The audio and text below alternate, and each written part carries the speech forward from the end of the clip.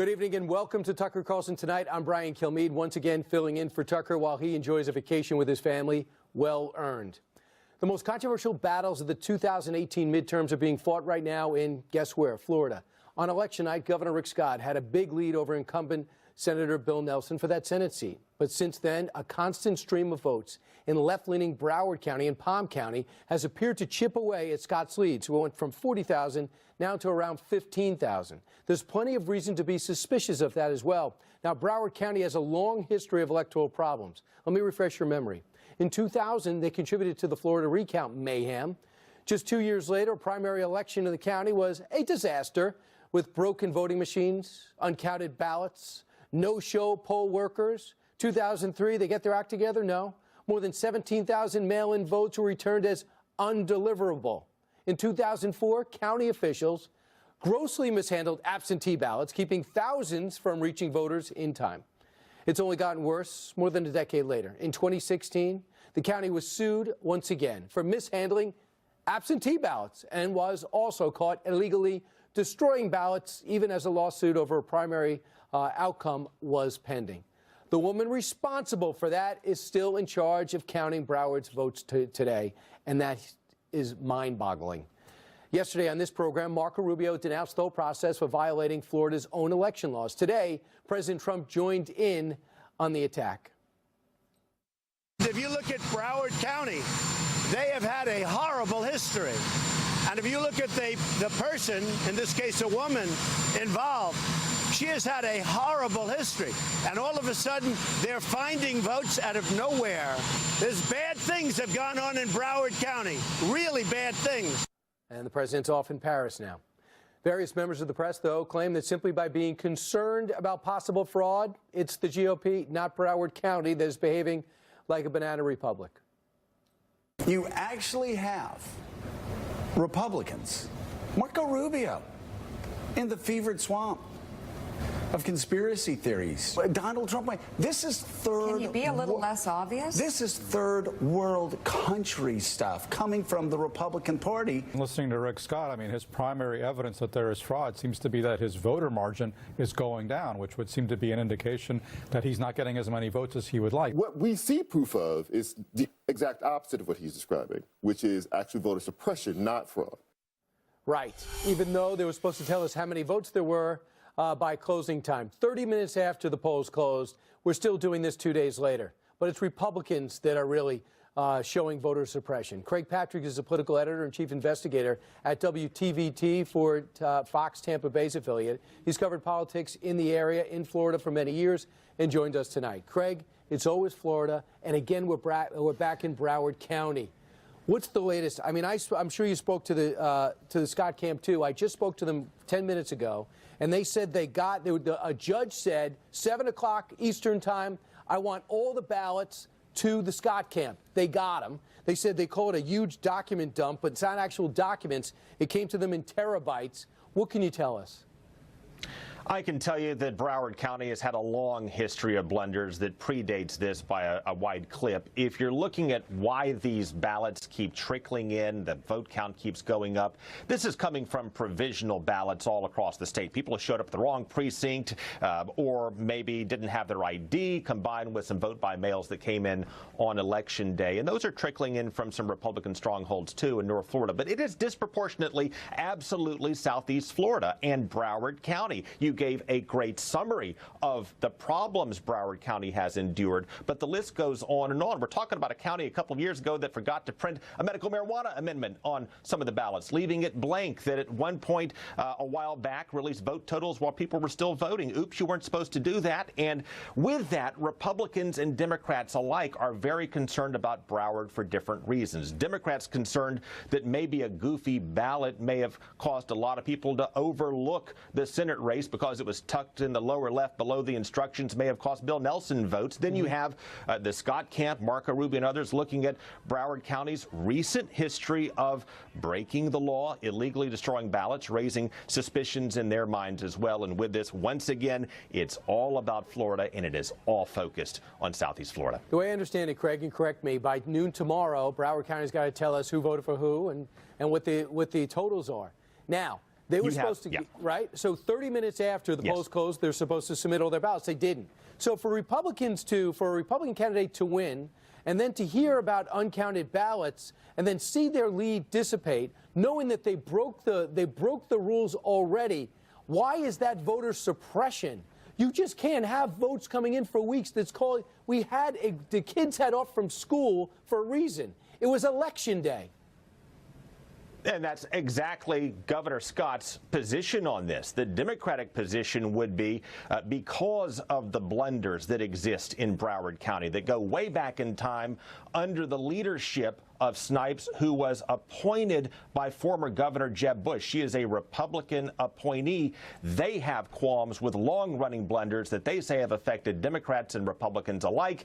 And again, they point to what they think may be either a machine calibration issue or a funky design of a ballot, in which case a race like this one can be easily overlooked. This is something, though, that's going to come out in the wash. We will find out in the course of a recount if there is something to that or not. And by the way, when you mean by funky ballot, evidently at the bottom left, you would know you voted of the ballot was the Senate race. Up top was the governor's race. So everyone seemed to vote for governor and not as many for senator. A lot could be because you had an exciting brand new candidate, Andrew Gillum. There was a lot more interest, it seems, in the governor's race. Regardless, Democratic lawyers are going to push on this and basically try to devalue the ballot. They're going to look for another statewide count. But we're not talking about 500 votes. We're talking about now 14,000 votes and over 30,000 votes in the governor's election. Unbelievable. Craig Patrick, thanks so much. Yeah, thank you.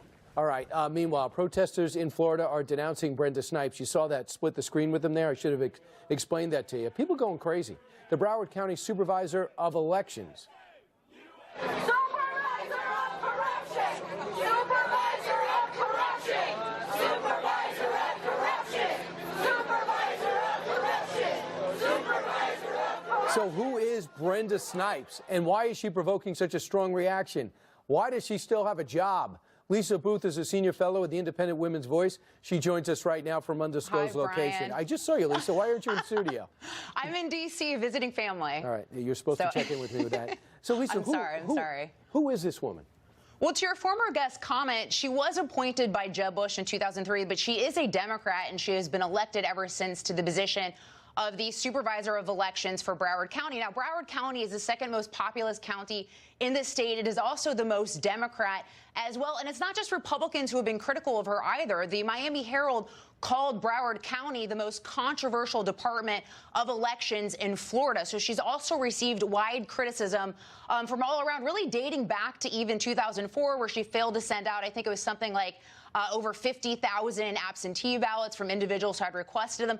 But also just look at what happened in this year alone. A judge just ruled that she was in violation of public record laws from Florida for not fulfilling Rick Scott's campaign's request. You also go back to May, and a federal judge found that she was in violation of both state and federal law for illegally destroying ballots in regard to a 2016 primary between Debbie Wasserman Schultz and a Bernie Sanders guy who sued. And mind you, the destroying of these ballots happened in the midst of a lawsuit she was facing regarding public records request regarding those ballots. So that's kind of sketchy. And then you also go back to August, and a judge ruled in favor of the Florida GOP that she was privately looking at absentee ballots so that they couldn't be contested or looked at by other people. A judge ruled in favor of the Florida GOP regarding that. She's also gotten in trouble for releasing voting information 30 minutes prior than the closing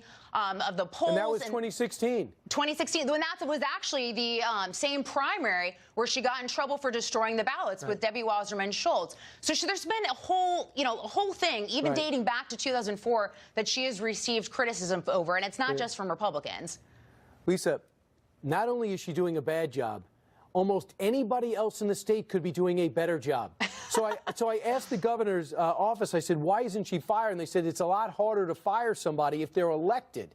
So it's much more complicated than, let's say, you or I. We can get fired right away, you know. But I guess it's a little different there. Bottom line is, that's where the focus is. It's an extremely blue area. You cannot blame the Scott camp for being worried. Well, Final thought? Well, he could have removed her for incompetence. There's precedent for that. The person that was in that job before her was removed for that very reason. My understanding is that's not really the approach of the, Rick Scott administration. But I think it's very clear she's incompetent, and there's a lot of questions regarding what she's doing in Broward County. All right, let's see. Tomorrow, Saturday at noon, we're supposed to get the totals. Hopefully we can move forward from there. Lisa, thanks. Thanks, Brian. Have a good night. You too. Okay. Events in Florida evoke another high-stakes race nearly 2 decades ago, the 2000 Florida presidential recount. Could Democrats be seeking a more successful replay of that election? Glenn Blackwell is a former Ohio Secretary of State and senior fellow with the American Civil Rights Union. The ACRU took part in the 2000 recount fight and, more recently, sued Broward County's election supervisor for not adhering to federal law to keep accurate voter rolls. Man, were they ahead of their time. The case is now before the 11th Circuit Court of Appeals. Ken Blackwell, great to see you. Ken, I laugh when other networks or other channels or commentators say that Republicans are trying to suppress the vote. What are you talking about? The voting day is over. They're the ones who didn't hit the bar they were supposed to. And now when Republicans say, why are we still counting votes? They say that Republicans are being aggressive, trying to change a verdict. Rick Scott was up by 40,000. Oh, absolutely. Look, the forces on the left, the Democrats and their allies are trying to push this to what I call within the margin of litigation. They are manufacturing voters, and they're doing it with an architect, Superintendent Snipes, who has a record of gross incompetence and fraud.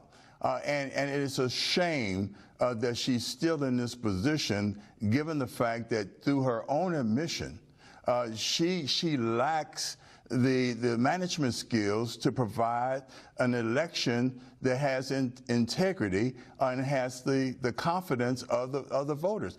Brian, look, at the end of the day, what's going on now is akin to a banana republic and a failed state.